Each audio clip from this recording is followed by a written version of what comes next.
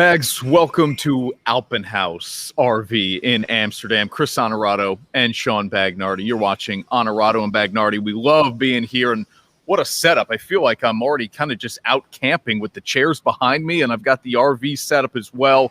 It's an incredible facility in Amsterdam. Come on by and check it out for all of your RV camping and any outdoor need you possibly have. And, of course, we're in the depths of summer, man. This is the time to check out Alpin Haus. How are you, Shawnee? I'm good, man. Yeah, this is our home away from home. Of course, our title sponsor. We appreciate all of their support. So this week, my mother called me and said, will you come over here and get your crap out of my house, please? I still have some stuff there. And as I've been cleaning out some things, I brought a prop for you today, Chris, because I found a bunch of old Sporting News magazines. Do you remember those? Sure. Okay, and I used to get ESPN the magazine too, but Sporting News magazine. This is from 2003. I'm going to show it to you. And I want you to help answer the question that the cover page asks. All right? This is from 2003? Yeah, 2003. Okay. Is LeBron James overrated? As we now sit here almost 20 years later, he is the man in the next Space Jam movie. You remember all the hype back then, 2003, there we see him in high school. It was, is he going to be the next Michael Jordan? That was basically the bar, right? Can he be in that conversation? Can he be the guy who we're talking about as the greatest ever? Look, that's a debate that you can have on this show and many others, but the reality is the one guy maybe to live up to that hype is LeBron James. Yeah, I would argue he's somehow underrated despite all that he's accomplished, given the hype that he had coming in to not only live up to it, but like you said, exceed it for sure. All right, you're watching Honorato and Bagnardi. We've got an incredible NBA Finals performance. I was so lukewarm on the matchup between Milwaukee and Phoenix, and I'll admit that I had picked Phoenix. I picked them in 5. How stupid do I look? And I was rooting for the Suns, to be honest with you, too, because of Chris Paul. But Giannis's performance won me over and made me realize, you know what, this is a great player we need to appreciate, and he deserved a title. Are the Yankees turning things around early on in the second half of the Major League Baseball season? Does Bags feel better about his bet that they'll make the playoffs and me saying that they wouldn't? But how about Jacob deGrom? Shawnee's feeling good about the Yankees bet. He can't be feeling too good about where his Mets currently are, given all the injuries. Let's get it going. Live from Alpin Haus, you're watching Honorato and Bagnardi.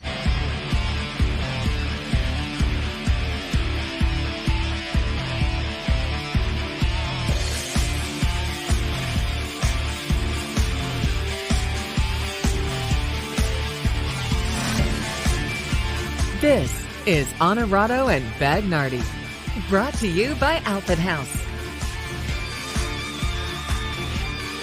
And that's where we are, Shawnee, live from Alpin Haus in Amsterdam. Alpin Haus RV, an incredible spot. Come on by, check it out, and pick up yourself. I'd say pick up yourself an RV. They're tough to come by these days, though. To be honest with you, Alpin Haus is doing great business, and we're so fortunate to have them here as a partner on Honorato and Bagnardi. All right, Bags, I was blown away. I said at the top, I was blown away at what Giannis was able to do in that NBA Finals, and to the point of LeBron being underrated based on what he has accomplished. Giannis is an underrated superstar for a number of reasons that I'll touch on here throughout the show. Number one is his ability to just take over a game, impose his will, if you like that cliche, because he did that after his team fell down 0-2, not once, but twice, right? Brooklyn had him 2-0. Phoenix had him 2-0. Milwaukee comes back and wins both series in impressive fashion. Yeah, okay. So where do you want me to start here? With Giannis? He's a great player. We knew that. A part of me, I don't want to say is disappointed, but I always felt like, man, can your star player be a guy who, not can your star player, can you win a championship with a guy who you can't trust at the free throw line, who has some deficiencies in his game, the outside shooting that we talked about? Look, the bottom line is this is a really good basketball team, and he's good enough for whatever he doesn't do. The things that he does well, he does them well enough to make up for it when you put him on a team with other really good players. they're not winning a championship if Middleton doesn't play the way that he plays. Yep. Holiday is another guy who at times this postseason looked like he wasn't living up to what they wanted him to be, but at other times stepped forward.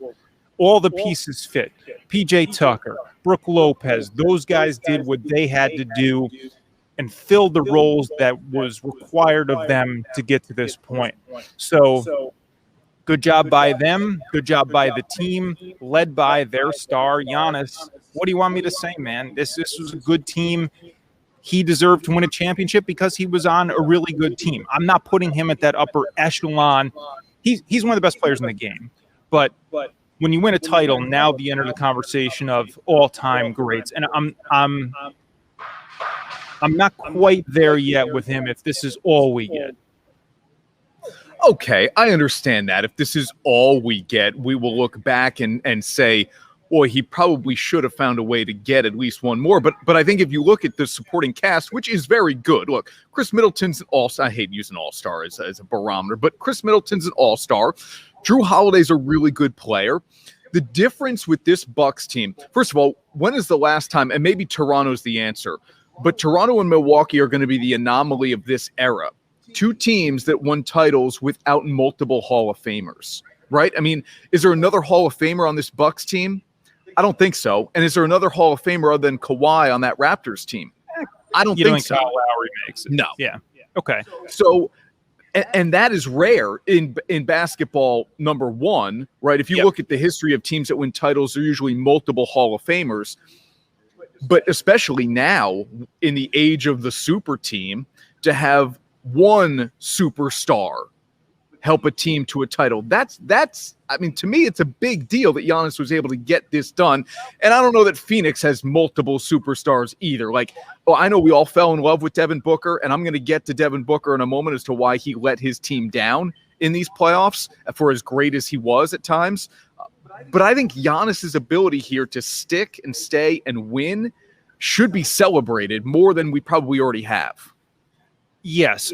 Okay. So all I'm saying is he first of all, I just want to clarify. He is an all-time great, but I'm talking about like a top 10 guy because that's the conversation. You don't think you mean all-time or currently? Okay. Yeah. I mean, he's not. Yeah. Okay. That's all I'm saying. And if this is the only championship he gets, are we going to put him in that top 10 all-time conversation? You know what I mean? Like that's where I was going with that. But, so tell me about Devin Booker, because I'm curious why you don't think he's a big time. You don't think he's a big time superstar in this game. I think what separates like a guy like Giannis from him is that, Devin Booker does things that a lot of other guys do, right? Giannis is just that unique element where you put him on a little bit of a different platform. But I think the things that Devin Booker does well are just as good as the things that Giannis does well. It's just a different skill set. Yeah, I won't completely disagree with that. But the thing with Booker that bothered me as I'm watching these NBA finals, especially, and it didn't dawn on me as I'm watching the Western Conference finals because they won the series and they looked pretty good doing it. The thing that bothers me about Booker is that at his size and at his position in this age of the NBA, he needs to be a much more proficient three-point shooter. And he is not that, or at least he wasn't in the biggest moments. He shot 20-something%, I think 28% in the Western Conference Finals, and he was in the same neighborhood, 20-something% in the NBA Finals from three-point land. You cannot do that and win. I don't care if he's getting 42. The 42, a good amount of it needs to come from behind the arc. I would like to see Devin Booker. I'm not saying he has to be Steph Curry. I would like to see Devin Booker be more Damian Lillard.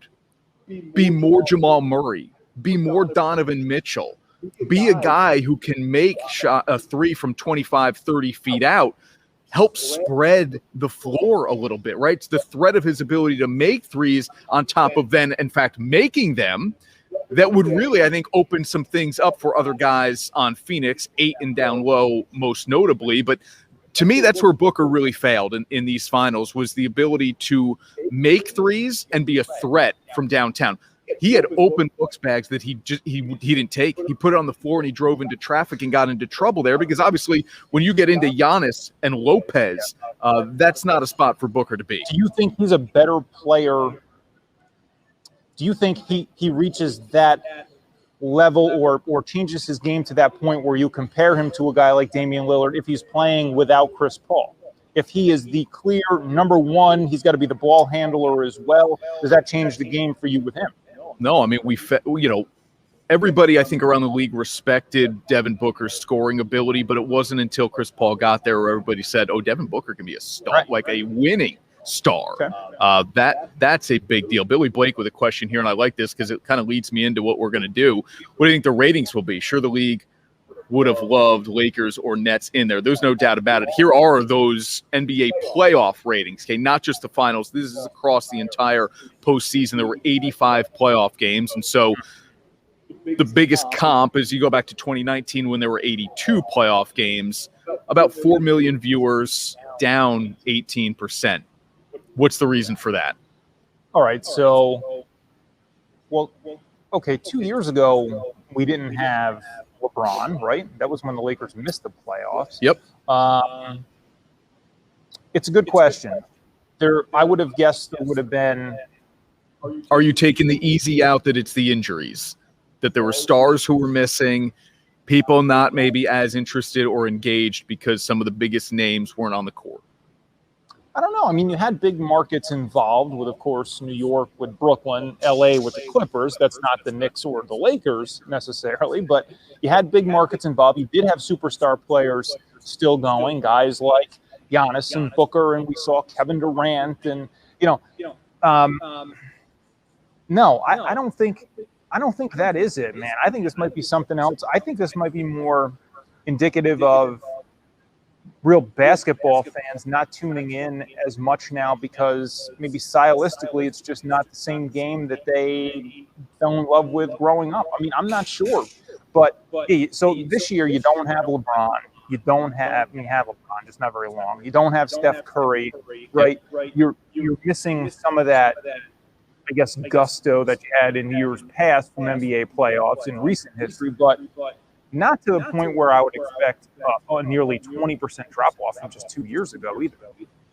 Yeah, I don't know the exact reason either. It's easy to say, well, the market's involved, the injuries that happened. But this is something the NBA has dealt with even from the regular season standpoint, is keeping viewers, or at least getting them to watch on TV. Anything into the fact that it was just later this year because of the pandemic, and now as you push more into the summer, people are just, doing no, you don't like it. Okay. No, I think that's a fact. Yeah, it's a fact that we are later than we would normally be. But I think if you're an NBA fan or you're interested in you're going to find you will make the time to watch these games if you really want to see them. So that's the percentage that it's down, to Billy's question about what the ratings might be. Let me go back to Giannis here for a moment here, because I don't want to gloss over the fact that what he did, especially in this clincher in Game 6. And, oh, by the way, they were down 2-0. They come back and win 4 straight. They're only the 5th team in NBA history in the NBA Finals to go down 0-2 and still win it. 50 points, Bags, in that Game 6. 33 of them came in the second half when, again, Phoenix just couldn't keep him away from the rim. He also made his free throws in that Game 6 with 17 of 19 from the free throw line. So for as much as he struggled, he made the Suns pay. And I'm not going to question Phoenix's strategy. Like, history told us that Giannis eventually was not going to make free throws. He bucked that big time in Game 6. But 35, 13, and 5 over the course of these NBA Finals, man, historic stuff from Giannis. It is, there's just something missing about it to me. I'm not saying like he should have done more, could have done more. He was great. He led his team to a championship. That's the bottom line. But when you put the question, why are you down on him? The question of final performance sense. I mean, think about. I mean, we've seen a guy like LeBron play better in a finals that his team lost, right? I mean, you need your stars to step up and be big in the biggest moments, and Giannis did that. I'm not going to go crazy over the numbers necessarily, because those are the numbers he should put up if he's playing at his best. I think the finals matchup was a good matchup for them, a good matchup for Giannis in particular, as was shown off, especially in that clinching game. I don't know. Maybe, you know what it is? It's probably because I'm a Nets fan. And thank you. It took us 15 minutes to get to that point. The Nets lost to this team in 7. Yes, you're being a hater. I can't help but think if Brooklyn was healthy, if Brooklyn had Kyrie Irving, that this team, we're not even talking about this Bucks team past the second round. And then what? Now, I get it. You can't rewrite history, and that's it. It's done. And Giannis has cemented now something that will be a part of his legacy forever, and it's something that even a lot of superstars don't achieve, and that's an NBA championship. So it's a big moment for him. But I mean, if Kevin Durant's foot is a centimeter behind the three-point line, he hits the game at the end of regulation. There's not even overtime in Game 7. But again, it's more about if everybody was at their best and at full strength this year, things just play out a little differently. I have a hard time looking past that as a fan of one of those teams affected. That's part of the game. You know that. All right. How about some respect here for what Giannis had to say after the game? I just couldn't leave. There was a job that had to be finished. This is my city. They trust me. They believe in me. It's easy to go somewhere and go win a championship with someone else, but this is the hard way to do it, and we did it. I love that Giannis is not afraid to poke at the other players in the NBA who seek out other superstars to team up with them. And I'm not calling your team out specifically. Kind of are. No, I'm not. My point is if they were healthy, he doesn't even get to make that call. We don't know. So it's like, you know, we don't know that. Join a super team like we took down a super team. You didn't, because you took down 2 out of 3, 1.5 out of 3 because Harden wasn't healthy the whole series, and of course Kyrie missed time. So yeah, you can knock that, but until you beat that at full strength, maybe don't go talking about it. Toby, you're right on, man. He's a Nets fan. It is shining through in a big way. I mean, I can't believe how bitter you are. It's not a good look. I know. I can't change it.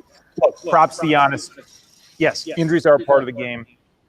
You cannot go back and rewrite history. He is an NBA champion forever, and he deserves a title with the way he played in this postseason, the way his team played, and the way they battled back from being down a couple times, in particular in the NBA Finals. Kudos to Giannis. Milwaukee's the defending champs now already, but here are your 2022 NBA title odds. Of course, look who's number 1. Yeah. But you know what? Basically 2-1 to win the title, Brooklyn. Yeah. Let's see what the rosters look like on opening day for every team. Do you I mean, you think Durant, Irving, and Harden will all be there, though, don't you? Okay. But they'll and look, like guys like Harris, maybe not there. No, I think they'll bring it back at full strength. I'm curious what the rest of the league looks like, though. If the Lakers make an addition, what Golden State winds up looking like. Does Phoenix do something else? These odds are fine for today, but opening day, I wouldn't be shocked if everything's a lot tighter, especially with the top 2 or 3 teams. And the bottom line is what's going to come down to, again, it's going to come down to health. I think the Nets will have as good a chance as anybody to win if they're healthy, and I think having lost this year will add a little something extra to that, which I always like heading into a season. You know, when you feel like you should have done something the year before, maybe you get that little extra that gets you over the hump in a playoff game or something like that the following year. But we'll see, man. It's a long way out. Where does Chris Paul end up? Is he back with Phoenix? Does he kind of become this guy who's like the guard whisperer? He just goes from spot to spot to spot to help a younger player improve. Is he chasing a ring at this point, or is he happy in Phoenix? Look, if he's chasing a ring, he's not going to the Knicks. Okay, no. I get the attraction of like, hey, Chris Paul to New York, but Lillard, we all know Lillard is the better fit there. Knicks have the assets to get a guy like Dame out of Portland. So if you're Chris Paul, do you just say, you know what, I don't need the money anymore. Let me go to the Lakers, play with my buddy LeBron, who is sitting courtside at some of these finals games, and chase a ring there with LeBron and AD. Yeah. That's if you look at the way these two teams shake out right now, look at the rosters. Would you rather play with Ayton and Booker or LeBron James and Anthony Davis? I mean, it's a no-brainer. If he really feels like his time is limited, which of course it is with his age, and he can really decide where he goes, and if what's most important to him is winning a championship, then the no-brainer is to go play with the Lakers and go play with LeBron James. So yeah, that's where I would go if I was Chris Paul. That was the most important thing to me. I think that's probably where he ends up too, because money is not going to be the real factor for him. It's going to be about winning. As much as he probably loved we know he loved his time with Monty Williams in Phoenix. It just doesn't feel like that is going to stay together, which is too bad, because Phoenix was a really fun team to watch this year. Obviously, they were a great regular season team, great postseason team as well. We've got a $50 gift card to Bold to give away on today's show as well. If you are, I mean, they're blowing up in the Capital Region. They have multiple locations now: Schenectady, Scotia. They're in Troy. They're in Malta. And that'll go a long way. $50 there. Latham coming your way, people. East Green. I mean, they are everywhere in the 518 now. And you're right, $50. It's very affordable. It's healthy. It's power foods. It's good for you. But it tastes really, really good as well. I'm a big fan of their smoothies at Bold. So $50, you said it, Bags, will go a long, long way. Comment along on today's show. You'll be entered for a chance to win that $50 gift card from Bold throughout the show. All right, when we come back, are the Yankees figuring out, or is this a short stretch where maybe we shouldn't buy in so quickly? I may have changed my thoughts a little bit. 1 week later. And I'll tell you why coming up next, right here on Honorado and Bagnardi, live from Alpin Haus. Happiness is found in simple things. The sun on your face, sharing laughs, at the campground, getting wet, relaxing together, the love of family. There's never been a better time to go outside and play. Alpin Haus Pool, Spa, Boat, and RV. Bringing families together and creating memories since 1964.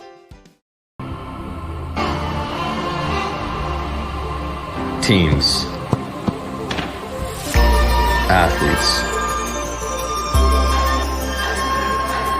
Organizations. We're transforming the custom apparel industry through product and purpose.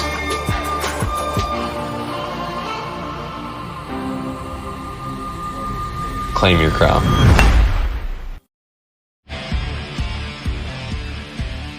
And now, back to Honorado and Bagnardi. Brought to you by Alpin Haus. And we're live from Alpin Haus RV in Amsterdam. Some beautiful, you can see behind me. I always mess this up. I'm going to move my head one way, okay? And it's probably going to be wrong. Okay, there it is. See, you can see it behind me. I mean, a beautiful, beautiful RV. They have 2 garage doors here. Yep. But Seth, who's the manager on site, told me they're adding 2 more garage doors. That's how busy this place is in Amsterdam. The demand is high for RVs and campers. You see all the campers they got out in the slot? Man, the Heck family will continue to take care of you the way they have for many, many years in the 518. Our thanks to Andy Heck and Katie Osborne, who welcome us in each and every month to one of their locations. I know, man, the lot is... It's incredible. Yeah. It's incredible. And for as much as they try to keep it full, they fly off the lot very, very quickly. All right, I don't want to disappoint Laura any more than we probably already have. She's here to listen to us talk about the Yankees, Bags, a team that you said, was it only a week ago? Couldn't be. It was a week ago. That can't be right. It was a week ago. We were at Novice a week ago? Maybe 2 weeks. Okay. I think it was 2 weeks ago, too. Anyway, during that show 2 weeks ago, I bet Bags that the Yankees would not make the playoffs, and Shawnee was pretty steadfast that he thought New York would, in fact, get there in October. Okay, all that said, look at what Yanks have done here, bridging the All-Star gap. They've won their last 4 series, and to be honest, they've beaten some pretty good teams along the way here. Seattle, Houston before the break, Boston, Philadelphia after the break. And we should point out that taking 2 or 3 from the Red Sox were the first victories the Yankees had against Boston this year. They started 0-7 against the Red Sox. So are they turning things around? Should we start buying into the Yanks? What do you think? Yeah, because here's the thing. We're talking about with them just making the playoffs, right? Yeah. We've said they're not really built to win a championship with the way the pitching is. I mean, look, right now they're fielding a AAA team, okay, half the time out there. But they're putting it together. They're stringing together wins in these series like you talked about. And now they are to within just a handful of games of the wild card. And that's what we talked about for making the playoffs, just getting into that wild card. Of course, there's 2 of them. There's 2 spots. They're good enough to do that. This team is built to win in the regular season. And as they get healthier, the lineup improves. This team will be just fine. There's plenty of baseball left. I tried telling you this 2 weeks ago. You didn't want to listen. They are going to be okay. Come postseason time, they got a lot of things to figure out. And I'm not on the championship bandwagon with them right now. But for what they're doing right now, given the roster, they're building something the right way. The mentality is there now. And I think as they get healthy, as long as you've got packed crowds at Yankee Stadium going down the stretch, feeling like this team is in reach of a playoff spot, they will do enough, they will hit enough to get there.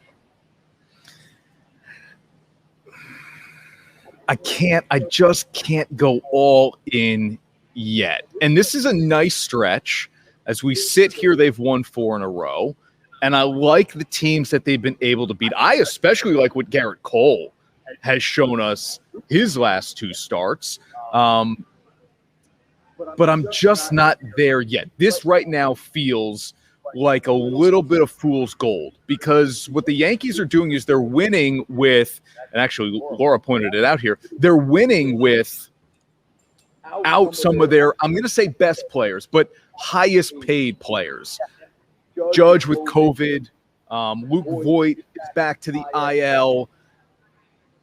But when those guys are healthy, Shawnee, and they're active, they're going to be in the lineup. And they just haven't shown me to this point in this season that they're going to be consistent enough to be better than Boston, Tampa, and maybe even Toronto when we hit the end of September. So, the stories of Greg Allen and Ryan Lamar are nice now, right? It's fun. But those aren't guys who are going to be playing when the Yankees are at full strength. They just won't. Boy, it stinks. I don't disagree. But this is the history of sports, is that the guys who are the highest paid and the guys who have the resume, those are the guys who get the preferential treatment. Those are the guys who are going to end up playing when they're healthy. So you're not going to see a lot of Greg Allen, and you're not going to see Trey Amberge and Ryan Lamar. I mean, these guys are not going to be playing when we hit September. No, the bottom line is you need your best players playing at their best to really be successful and have that chance. So you take your chances with a guy like Aaron Judge in the lineup. You need him in the lineup, and he has to be good if you're going to be good. My point is, if the roster they're putting out there now does enough to keep them around, keep them in that playoff hunt, when you get those guys back healthy, you get a stretch run. Yankee Stadium is rocking in mid-August, late August, and September, and you're healthy. I think you're okay. I think it's just enough to get you into one of those wild card spots. And then, like anything, you take your chances. You throw Garrett Cole out there and hope you can get a win.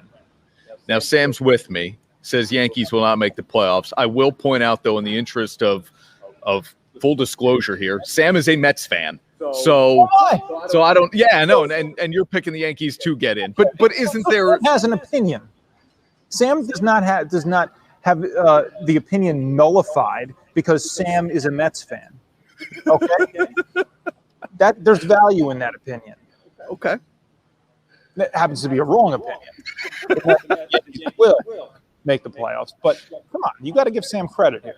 Okay. And look, we love Sam on this show. I'm not bashing him here. I'm just pointing out his allegiances. That's all. Your Metsies bags have placed 2 big names, 1 key contributor on the IL. Okay. Right? I mean, Lindor's a big name, but do you miss him dearly? Not yet. Go ahead. Answer that one first. You do? No, you don't, because he hasn't done enough production-wise for you to miss him, which is your point. Again, it goes back to what I just said, though, about the Yankees. You need your best players in the lineup, and you need them playing well if you're going to ultimately be as successful as you want to be. So I'd rather him be out there because you need to take your chances with that, regardless of how he's played so far. Okay. He's got to be in there, and he's got to be good if the Mets are going to have any shot at anything.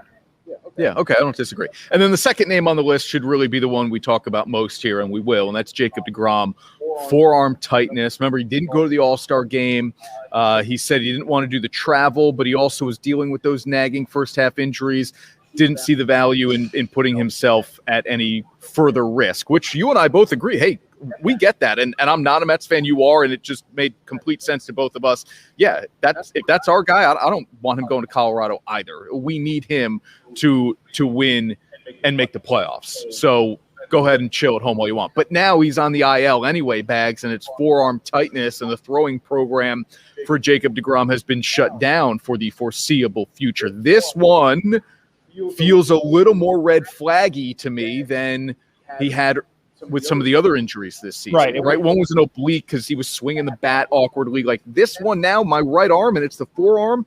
Now I'm concerned. Yeah, I agree, because up until now, the injuries, it's been like, okay, he's going to miss a start or two. He's okay. He's just not really ready to go today or tomorrow. But long term, this isn't a big deal. You're right in that this one feels a little bit different, and you start to get real worried with anything involving your throwing arm for Jacob deGrom. Now, I think there's probably a measure of being overcautious here too with the Mets. So that makes it hard to judge, because are they always going to take that extra step to protect him, even if he doesn't need that full level of protection necessarily? So there's that side of the argument too. But you're right, because forget Francisco Lindor, forget everybody, the Mets are nothing if this guy is not in there playoff time, and that they have not made the playoffs yet by any stretch. But if they want any success beyond that, he absolutely has got to be the guy leading the charge, because we talk about how important pitching is, of course, in the playoffs. I mean, that's two wins possibly in a playoff series versus what? Eichhoff on the mound. I mean, who's pitching? Come on. I know. I mean, it's funny when you look at the Mets' next stretch of days, and Stroman was great middle of the week on Wednesday night. Stroman, Eichhoff, McGill, and Walker. But there's still, deGrom, Carrasco, Syndergaard. There are some, forget names, there are some guys who can really contribute that are not currently in the Mets rotation. So again, Mr. Nets, if everybody's healthy, this Mets team, as I said all year long, could be really, really dangerous come the postseason. But they could very easily miss the playoffs. Yes, they could. I mean, they're not like games up in first place. They could, but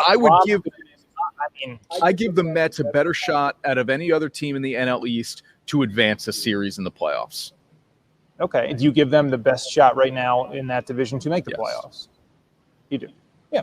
Okay. Philly is really close for me, but I would edge Mets a little bit. Look, the trade deadline is coming.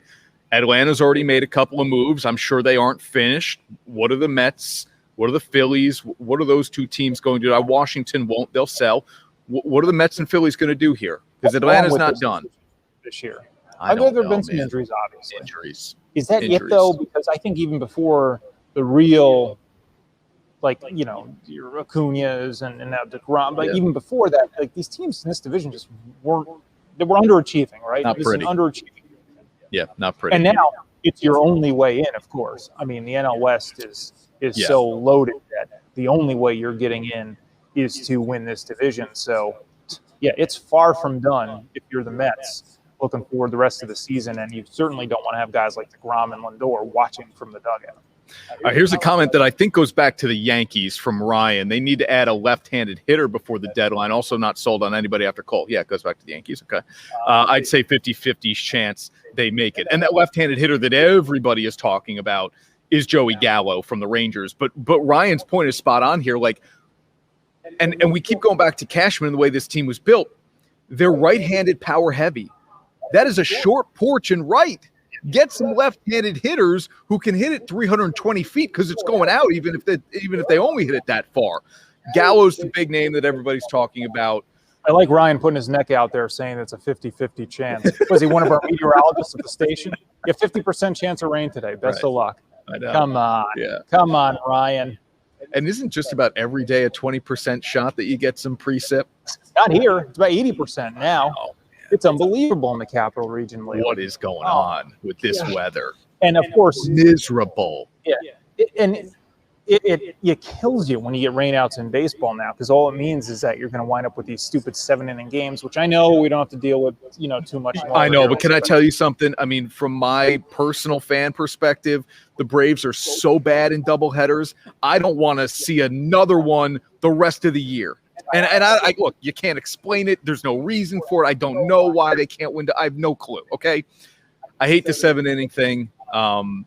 But the point is that I don't want to see any more of them because Atlanta can't win any of them. It's brutal.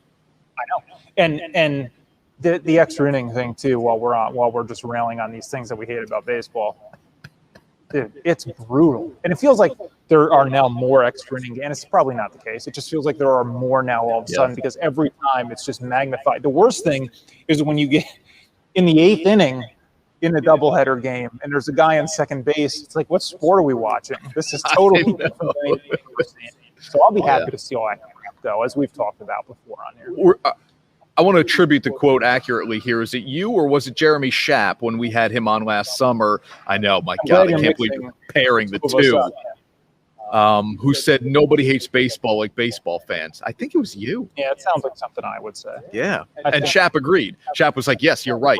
I mean, nobody hates baseball the way we do. But that's true about so many things. It's true, right? Because you care the most about it. So it's like, maybe so. We see it in pop culture all the time. Like, nobody hates Star Wars movies like Star Wars fans. You know what I mean? Like, is that true? Yeah. Because I'm not a Star Wars guy. So and it depends. There's obviously mixed reviews on everything, but like the new Star Wars films, like episodes 7, 8, and 9, a lot of the real diehard fans of the originals are like, this is terrible. Should they have just stopped at 3?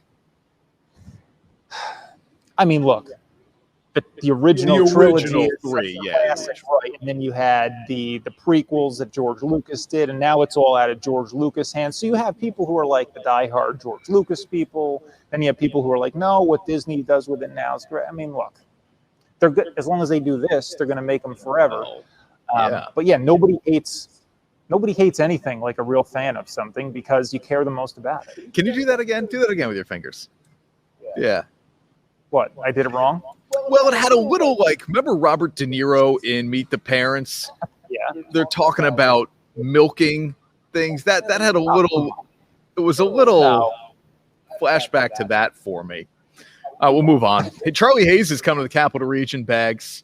He is here, part of a really cool event that Burnt Hills Ballston Lake All-Star team is doing, the 9Us. You want to meet former Yankees third baseman Charlie Hayes, you can do it Saturday. Indian Meadows Park.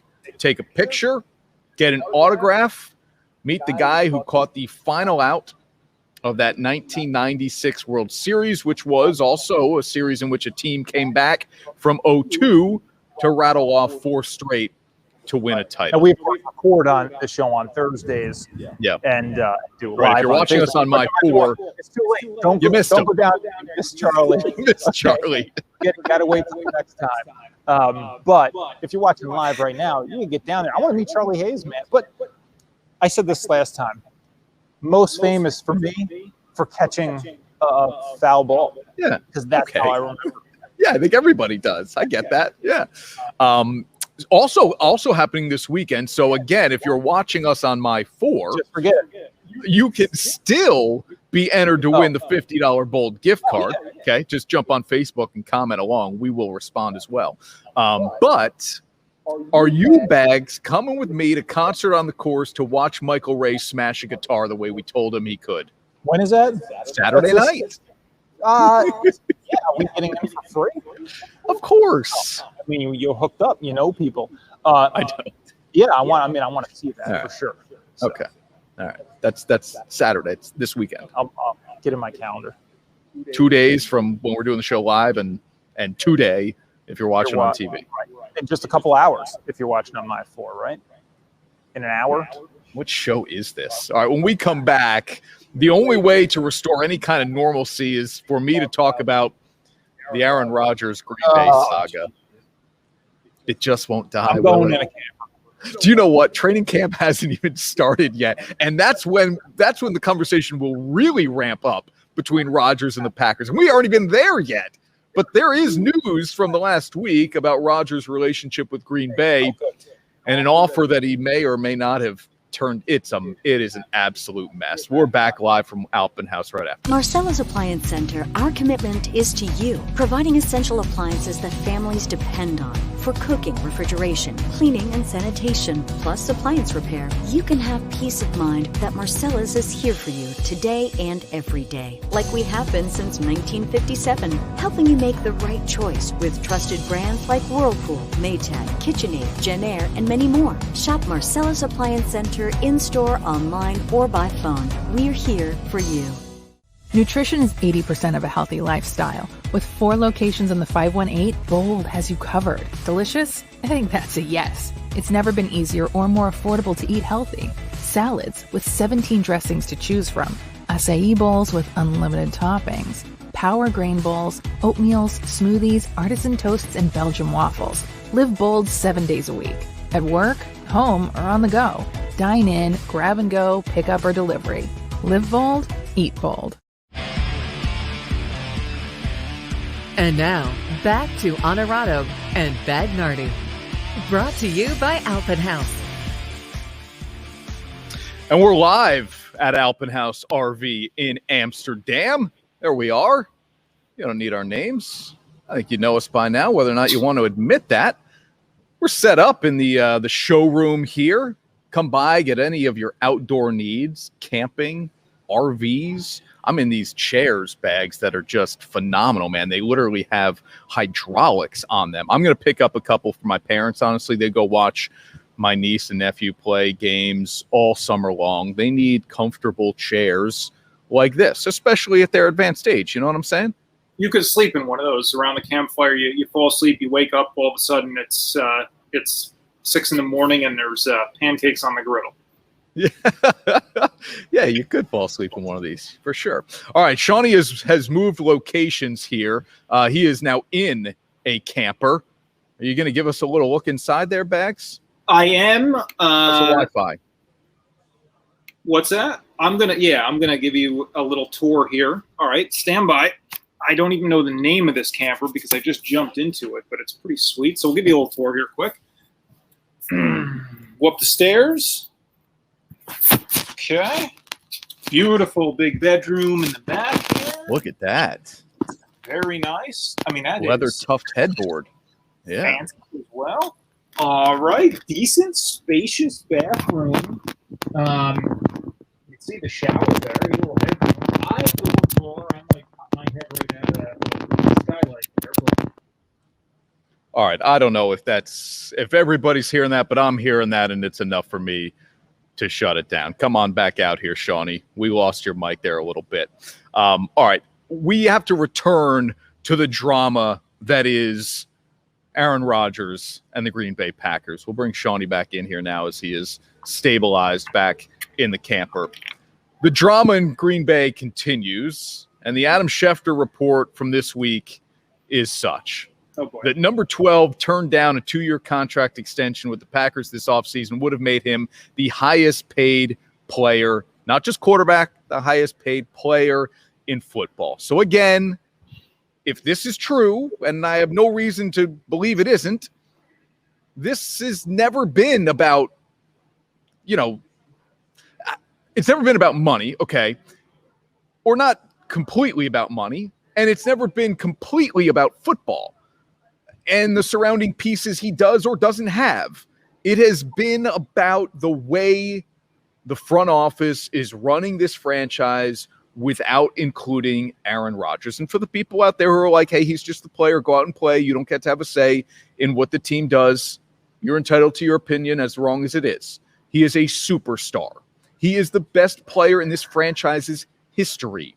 You treat him with respect. You include him on all personnel decisions. I'm not saying you have to do what he wants every time, but he needs to be included in the conversation. He needs to feel like he has a voice. He needs to feel like his opinion is valued. And clearly the Packers have not done that for him. I'm a fan of the team. If he decides to leave, I will not begrudge him, not one bit. Okay, so he turned down this money. Right, we're going with that. We'll take this as a fact.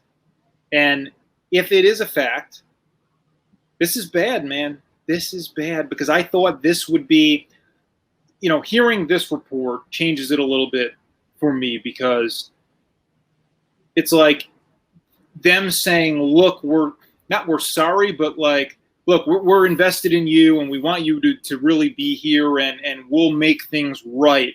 And this is him saying, no, this isn't enough. This isn't going to make it right. So now I'm starting to wonder, what can this team do that will convince Aaron Rodgers that staying in Green Bay is the right thing to do, and we'll see him in a Packers uniform next year? I'm starting to – that's the question now in my mind that I can't answer of what do they have to do. I'm starting to think he's out of town here now, man. Is he not going to be – on the Green Bay Packers? I can't believe it because I was always in the camp through all of this of when the dust settles, he'll be there. But if not through this, then how?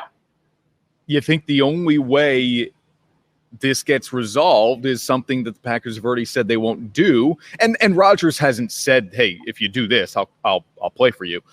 But it feels like firing the general manager, Brian Gutekunst. And maybe even that's enough because team president Mark Murphy hasn't exactly done anybody any favors with some of his public comments about this situation. So maybe firing the GM at this point isn't going to be enough for Rodgers to say, okay, now you've shown me that my presence here is important and you're willing to take that, go that measure to keep me. I will play for you guys. I'm not feeling good about this, man. Again, the other side of this, let's not forget the other side of this, okay? And that is if they trade Rodgers or if Rodgers holds out, right? He doesn't show up to training camp at all. He's not even there week 1 or week 2. Where does he go? Where does he have a better opportunity to win? What team has the assets to acquire him? Those are all things that, like, it's all nice to say he doesn't want to be there. He's not going to play for them. Okay, fine. But is he willing to retire? Is he willing to miss the paycheck? And by retire, say, like, look, the Packers have him for 3 more years. So this isn't 1 year left on his deal. And if he just sits out, everything's good. No, I mean, they control his rights for long enough that if they threaten him to say, you don't want to play for us, you won't play at all, he's really got to think hard about that. Yeah, and I guess the biggest difference with this news for me is that I always thought, push comes to shove, he wouldn't hold out, even if the situation isn't going well there and he still wants out. Come day 1, he's still going to be on the football field, right? Come week 1, he's playing. He might sit out everything else, but he's not going to miss games for this team. After this, I'm not so sure. Maybe now he does hold out week 1, week 2. And if we get to that point, that really forces the Green Bay Packers' hand a little bit. I mean, yeah, like you say, they don't have to do anything with him. And they own him for 3 years. But is that a situation you want to move forward with if you're the Packers and you have Aaron Rodgers and he's not playing? Probably not. So this news to me is about that. The question of whether or not he would hold out, I think maybe has been answered here. Now, I think it makes more sense, and we never see this. If you're going to hold out, come play, kill it for a few weeks, and then hold out. Don't hold out week 1, week 2, right? Go out there and crush it, be Aaron Rodgers, and then say, this is what you're missing. Then I think you might even force the other team's hand a little bit more. But I don't know. I think he might not play now come week 1, and I've never been in that mindset until now. Training camp's open next week. Will he be there day 1? No. I don't think so either. But opening day, kickoff. When we go for real. Well, here's the thing with Rodgers. He's never even missed the early off-season stuff. He's always participated in that. This is his first off-season skipping those deliberately, obviously. I don't have a problem with that. Look, Tom Brady for a while has shown up late to camp because he's Tom Brady. We know what he's capable of. We don't need you there day one. But that was never, there was angst between Brady and the Patriots and Belichick. So when he didn't show up, people made a big deal of it, but not to this degree. When Rodgers, and I'm with you, I don't believe he's there day one. I don't even think he's there for the first handful of training camp practices. You think it's interesting now? I don't know. Maybe you're bored of it. Are you bored of it? I'm not bored of it yet. Obviously, I'm invested. I'm invested in this. So obviously I'm not bored of it yet. To me, it's just drama until football games are affected. So in that sense, I'm a little bit bored of it. But as we get deeper into this, I do start to now question more whether or not that football will be affected. So on that level, it's interesting. I'm going to pop up comments while you're speaking, and you're not going to address a single one of them all show, clearly. Carol says, diva, perhaps. I don't think she's talking about you and the plush camper you're in. Talking about Aaron Rodgers. Yeah, he is. He is. They all are. They all are. He is. And I'm not. Yeah, I mean, Carol's right. He. Yes. But don't a lot of people do this for the money, and then when they get the money, they take it and it's over? Obviously, that's not the case here. It's not. It's about so much more than what we're used to seeing, I think, in these kind of situations. Yeah. Sam wants Aaron to do us all a favor. Go permanent host of Jeopardy. Doesn't want to play for the Pack anymore. You're right. Jamie's on it. She wants that bold gift card. Absolutely. I get it. Maryland's been there. We have as well. We love Bold and Company with the number of locations they have in the capital region. Jeff asked a question as well. We'll address on the other side of a quick break here. And also when we come back, the Olympics are starting. What can I talk Sean into getting fired up about? Is there anything that he will absolutely carve out time to watch? Hope so. We're back right after this live from Alpin Haus. Happiness is found in simple things. The sun on your face, sharing laughs, at the campground, getting wet, relaxing together, the love of family. There's never been a better time to go outside and play. Alpin Haus Pool Spa Boat and RV, bringing families together and creating memories since 1964. And now, back to Honorado and Bagnardi. Brought to you by Alpin Haus. And we're live at Alpin Haus RV in Amsterdam. Quickly, Bags, here before we get into the Olympics discussion, which of course they're already underway. And I mean, we haven't even gone through opening ceremony, depending upon when you're watching us. That's the last time I'll do that, I promise. But Jeff wants to know if I watched any of the Seattle Kraken expansion draft last night. Jeff, I did not. And for a couple of reasons. All the picks were leaked earlier in the day, so I really didn't have to watch it live. I knew who my Devils were losing. I knew that they weren't drafting Carey Price, which I thought was really interesting. Truthfully, I didn't, only because all of the picks were already leaked by, I think it was a TSN reporter who's hooked in pretty good with the NHL. All right, Sam says his must-watch events are archery, fencing, and weightlifting. Sam, are you messing with us? Really? He might just be messing with us. Bags, what's on your list, man? What is the sport or event that's must-watch? Okay, so typically the Summer Olympics, for me, it's all about basketball. And we've discussed this a little bit on here. This year I'm not as invested for whatever reason, but the way Team USA looked in a couple of the exhibition games, you raise your eyebrow a little bit. You think, boy, could this team really be challenged? Now, the answer should be no, and we start to get into the real competition. I hope that's the case. And if it is the case, I will not be as interested, and I'm probably not going to really pay close attention until the medal round, because obviously they'll get there, and then it'll be one game at a time. You got to go out there and win. So I'm curious, Kevin Durant's on the team. Let me put it this way. I'd rather Kevin Durant stay healthy and we don't even medal than Kevin Durant even sprain his ankle and we win gold. So that's how much I care about it. But at the same time, I will watch in the medal rounds and root for Team USA to win gold, of course. And then the other one you always have to circle is the gymnastics, although it's too easy. It's too easy, right? If everybody's right and healthy, Simone Biles and this team should just kill it. You feel like you have to watch it because of how good they are and how historic that team is and she can be. But it's really not in question. And then the last one is the U.S. women's soccer team. Already suffered a loss here. I'll pay a little bit of attention to them as well. Yep, Ash is all in on the softball. Says Biles is must watch. Sam's saying he wasn't kidding about the fencing, weightlifting.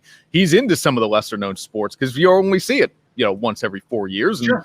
Laura wonders, how will the events change without spectators? I think North American pro athletes would tell you that there was no juice in some of these buildings, but once you started the game, it didn't matter. It still was a game, whether you go back to the NBA or NHL bubble last year or baseball being without fans for a while. It's the lead up, right? It's that, but once you're in the pool or once you're on the mat or once you're on the court, you got to go out there and take care of business, right? Yeah. For me, watches are going to be. Go ahead, Johnny. You got something on that? No, I was just going to say, I think it matters, like in the team sports, when you can get that momentum going, like basketball, for instance. And look, maybe in the pool, maybe because they say they do hear that, and there's that crescendo of the crowd going as you're getting close. Maybe it gives you that added juice. So I think it'll play a little bit of a factor. But go ahead. What sports are must watch for you, man? Gymnastics, swimming. Obviously, I'll watch the hoops, but I don't feel overly compelled because it isn't a dream team of any sorts.